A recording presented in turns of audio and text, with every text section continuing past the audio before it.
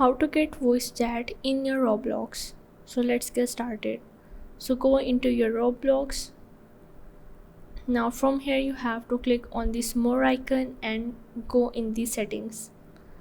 Now once you are in the settings, you have to go in the privacy. So once you are in the privacy, here you have to scroll down and you have to enable this icon of the camera input. Use camera to animate your avatar with your movement.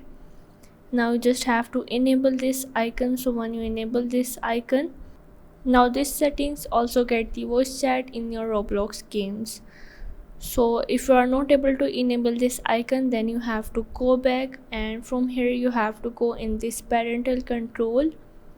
So once you are in this, here you have to go in the allowed experience and you have to change your age from the 13 plus or the 9 plus. You have to select the 18 plus, that is suitable for the ages 17 and older.